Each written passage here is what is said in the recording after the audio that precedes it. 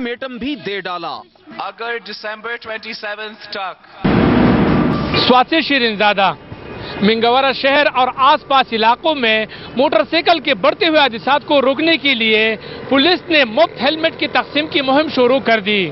اس سلسلے میں D P او سوات عباس مجید مروت نے علاقہ معاہدین کے ہمراہ 500 موٹر سائیکل سواروں میں مفت ہیلمٹ تقسیم کیے۔ ڈی پی او سوات کہتے ہیں یہ مہم مسلسل جاری رہے گی تاکہ عوام میں ٹریفک قوانین کے حوالے سے شعور اجاگر کیا جا سکے۔ یہ ایک پرپیچول پرابلم ہے اور اس کو کاؤنٹر کرنے کے لیے ہم نے پچھلے 2 ماہ میں کافی اقدامات اٹھائے۔ منگورہ شہر میں ٹریفک کے بڑھتے ہوئے مسائل کو کنٹرول کرنے کے لیے مختلف اقدامات اٹھائے جا رہے ہیں۔